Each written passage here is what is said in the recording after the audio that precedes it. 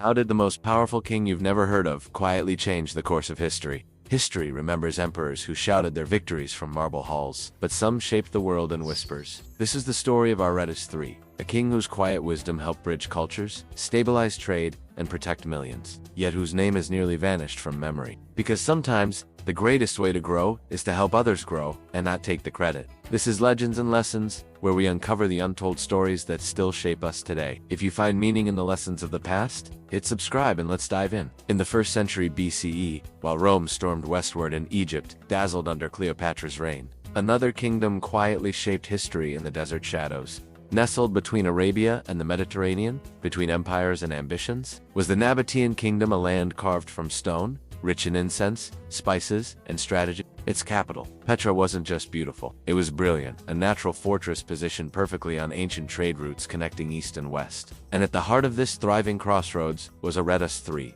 a king, unlike most of his time.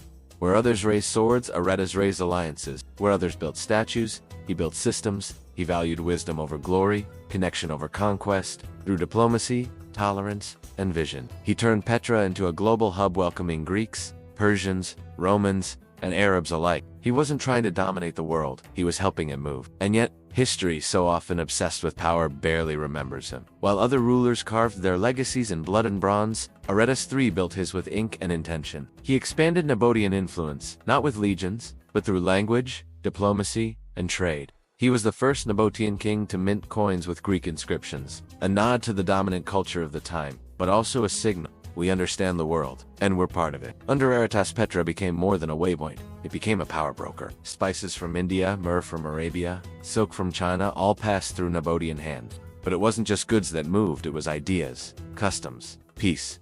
When rival tribes clashed, Aretas mediated. When Rome's influence crept east, Aretas didn't resist blindly, he negotiated. He understood something few leaders did. Strength doesn't always shout. Sometimes, it listens, it learns, and it lasts. He ruled like Tim Cook after Steve Jobs, not chasing headlines, but expanding the empire with quiet precision. No spectacle, no ego, just steady, strategic impact. While kingdoms around him rose and crumbled, Petra endured, a beacon of stability between storming empires.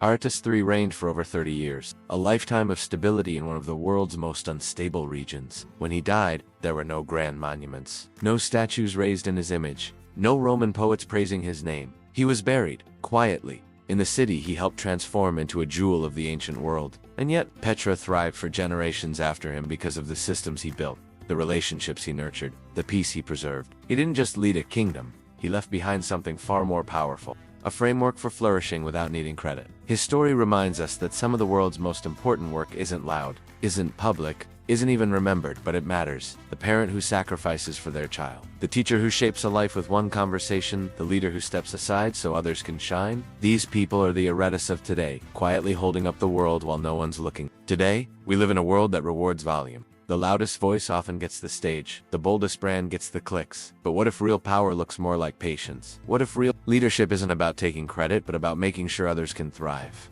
That sometimes, the greatest way to grow is to help others grow and walk away without applause. So whether you're building a business, raising a family, mentoring a friend, or just trying to live with meaning, remember this: not all impact makes noise, but that doesn't mean it's not echoing somewhere, changing someone, shaping something. You may never have a monument, but you just might build a legacy. This is Legends and Lessons. If this story moved you, share it. If it taught you something, subscribe for more. Because sometimes, the best way to grow is to plant seeds in others and trust that the roots will run deep.